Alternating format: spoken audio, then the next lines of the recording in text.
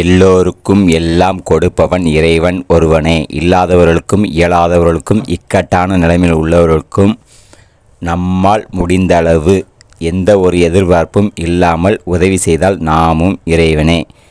இன்று தானமும் அதற்குரிய பலன்களும். அதாவது முதலில் வஸ்திர தானம் செய்தால் ஆயுள் விருத்தி அடையும். உடல்நலம் குன்றியிருப்பவர்கள், ஆயுளை பற்றி பயந்து கொண்டு இருப்பவர்கள் வஸ்திர தானம் செய்யலாம்.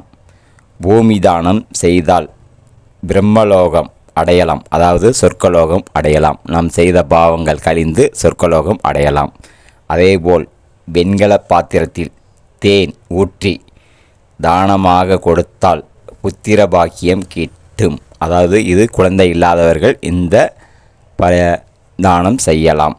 அதேபோல் கோதானம், பசுமாடு கன்றுடன் தானம் செய்தால் குருசாபம், தெய்வ குற்றம், பித்ரு குற்றம் ஆகியவை அகலும்.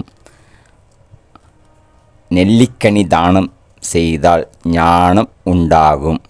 மொத்தத்தில் நாம் செய்த கர்மத்தை நீக்கி தர்மத்தால் வெல்லலாம். அதற்கு தர்மம் ஒன்றே வழி.